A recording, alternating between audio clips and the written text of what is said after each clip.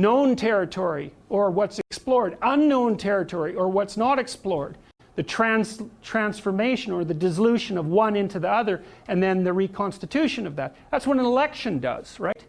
It's like, okay, we have our leader who's the person at the top of the dominance hierarchy and defines the nature of this particular structure. There's an election. It's regulated chaos. No one knows what's going to happen. It's the death of the old king. Bang, we go into a chaotic state. Everyone argues for a while. And then out of that argument, they produce a consensus and poof, we're in a new state. Right? That's the meta story, right? Order, chaos, order. But it's partial order, chaos, reconstituted and revivified order. That's the thing, is that this order is better than that order. So there's progress. And that's partly why I think the idea of moral relativism is wrong. There's progress in moral order. And it was defined properly by Piaget. The new moral order does everything the old moral order did, and some additional things. That's what constitutes progress. Now, here's a strange idea. And we'll talk about this more as we progress through the class. What's the ultimate in order? Well, it's not this, obviously, because it can collapse. And it's not this, because it can collapse. And so then you think, well, there's no ultimate order, even though there's progression. But then you have to move it up one level of abstraction. What's the ultimate order? Doing this. Willingness to do that. That's the ultimate order. Right? It's order at a different level of analysis, and you can see that's what's represented in that idea. That's what that idea means. That's the phoenix, right? The phoenix is something that lives, ages, and then allows itself to be consumed by fire, and then reemerges. And the old phoenix gets old and burns, and the new phoenix reemerges. And so the real phoenix is the thing that's constant across those transformations. That's the Jungian self. That's what he meant.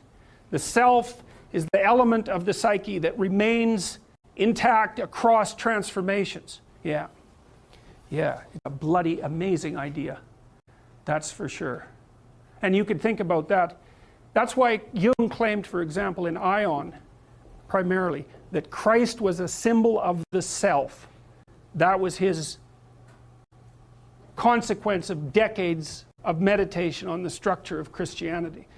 Because it's the dying and resurrecting part of the psyche that remains constant across the transformation. So the ultimate order isn't to identify with this. That's your current state of being. And it isn't to identify with that because, well, you can't by definition. And it isn't even to identify with that. It's to let these things go as they need to go. That's a sacrifice. And to allow this continual process of transformation to occur. And part of that is the admission that you're wrong. And so partly what you're doing is, at micro levels and at macro levels, where are you not what you could be? And when you realize that, it'll take you apart a little bit and burn you down to your core a little bit, and then allow you to regenerate. And if you do that continually, then everything that you don't need burns away. Right? And that's what this means. You remember in Harry Potter, you may remember that Harry goes down, so in the second volume and in the second movie, Harry's at Hogwarts, so it's the school where you learn how to be magic, because that's what you really are. And there's something that threatens the school. Well, part of what threatens the school? Evil, right? Voldemort, that's one thing. But at the same time, it's also the snake that lurks underneath. It's the basilisk that threatens the school. And so the basilisk is the dragon, and when the basilisk looks at you, then you're paralyzed because you're a prey animal, and if a predator captures you in its gaze, you freeze. And the reason you freeze is because your body reacts to the predator as something that should turn you to stone. Sorry about that. So what do you do about the basilisk? Well, one thing you do is you run and hide. But the other thing you do is go confront it in its lair, and that's what Harry Potter does now. And what's interesting about him is he's also touched by evil, right? And that means that he's an embodiment of what Jung would regard as someone who's integrated the shadow.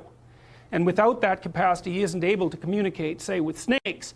And that's not so good, because since there are snakes, it's not such a bad idea to know how to communicate with them.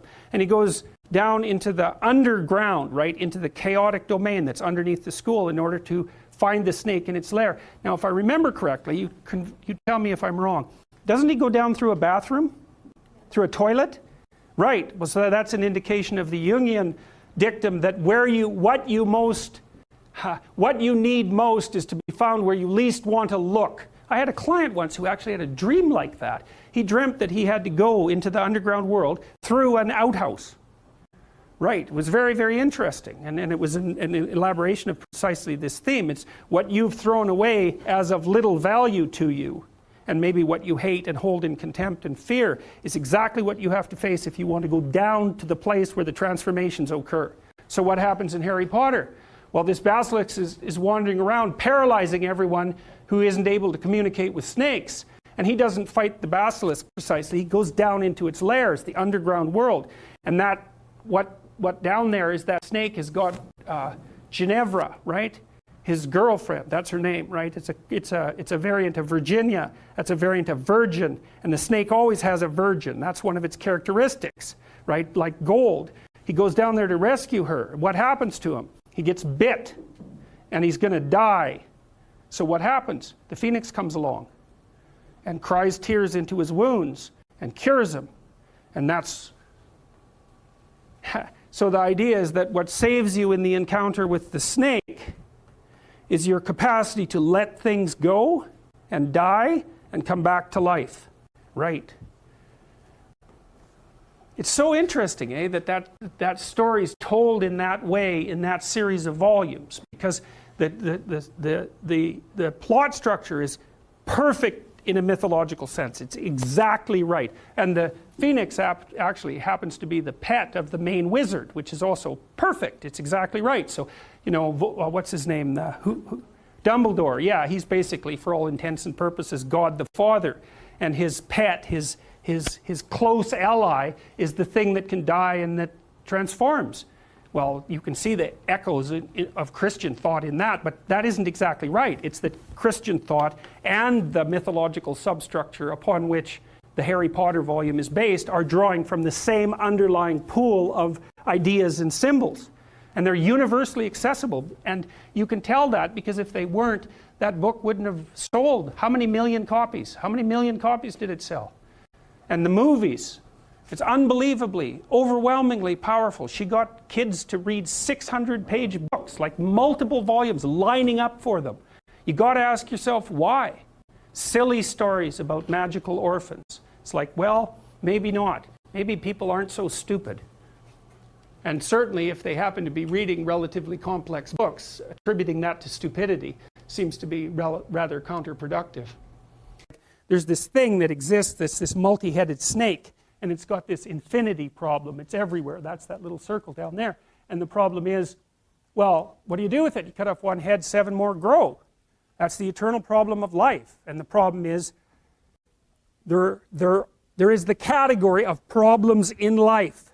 And it ain't going anywhere. And so the question is, can you deal with the whole category at the same time?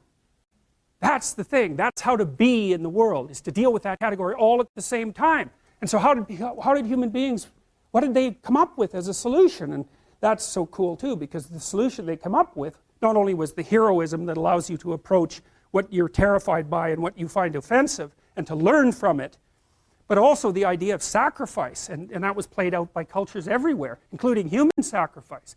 And you think, what the hell was up with those crazy bastards so long ago? They were sacrificing to gods all the time. What kind of clueless behavior was that? Burn something and please God. Burn something valuable and please God. It's like, what was with them? What were they thinking? Well, they weren't stupid, those people. If they were stupid, we wouldn't be here. They were not stupid, and believe me, they lived under a lot harsher conditions than we do. So those were some tough people, man. You know, back then you'd last about 15 minutes, and so you don't want to be thinking of your ancestors as stupid. Like, there's no real evidence that we're much different cognitively than we were 150,000 years ago. So, anyways, sacrifice. What does that mean, sacrifice? Well, it's a discovery, man. It's the discovery of the future. It's like, The future is actually the place where there is threat. And it's always going to be there. So what do? You make sacrifices in the present so that the future is better. Right. Everyone does that. That's what you're doing right now. That's what you're doing here. That's what your parents are doing when they pay money to send you to university. They think, you can bargain with reality. It's amazing. You can bargain with reality. You can forestall gratification now. And it'll pay off at a place and time that doesn't even exist yet. It's like, who would have believed that? It's like, that's a miracle that that occurs. And it's not like people just figured that out overnight. You know, we were chimps, for Christ's sake. Like, how are we going to come up with an idea like that? Well, it's like, well, we thought about it for 7 million years. And, you know, we got to the point where we could kind of act it out. But we didn't know what we were doing. But it emerged as like a dream. So the terror of the future is a dream. And the solution to the terror, the dream of the terror of the future, is another dream. And it comes out in mythology and in fantasy and in drama, where you act out the sacrifice. And then it's a step on the way to full understanding. So we can say sacrifice now instead of doing it, you know, although we still do it. It's just not concretized like it used to be. We do it abstractly. And we all have faith that it will work, you know, and we also set up our society so that it'll work. And one thing about, you know, I'm not a fan of moral relativism for a variety of reasons, partly because I think it's an extreme form of cowardice. But anyways, apart from that, no. There's minimal ways that you can set up a society that will work. And so one of them is that the society has to be set up so that your sacrifices will pay off, or you won't work, and then the society will die. And so it has to make promises. People have to make promises to one another. And that's what money is. Money is a promise that your sacrifice will pay off in the future. That's what money is. And so if the society is stable, you can store up your work right now. You can sacrifice your impulses and you can work and you can store up credit for the future. And then you can make the future a better place. But society has to be stable enough to allow for that. Hyperinflation will do you in. So the promise that's implicit in the currency is the promise that what you're doing now will pay off in the future. And if people don't have that promise, then, well, we know what they do. Because in gangs, for example, in, say, gangs in North America, the time horizon of the gang member shrinks rapidly because they don't really expect to be alive much past 21. And so they get really impulsive and violent. And like, why the hell not? That's what you do when the future doesn't matter, when it's not real. You default back to living in the moment and you take what you can get right now. And no wonder, because you don't know if you're going to be around in a year. And you get whatever you can while you can bloody well get it. And that's like anarchy, that state. And so you don't want to live in, some people like to live in that state because they're really wired for that, you know. And so they're much more comfortable in those conditions. They're kind of like warrior types, I would say, in some sense. But, you know, for most people, that's just, well, that stress will just do you in, you know, the stress of a life like that. So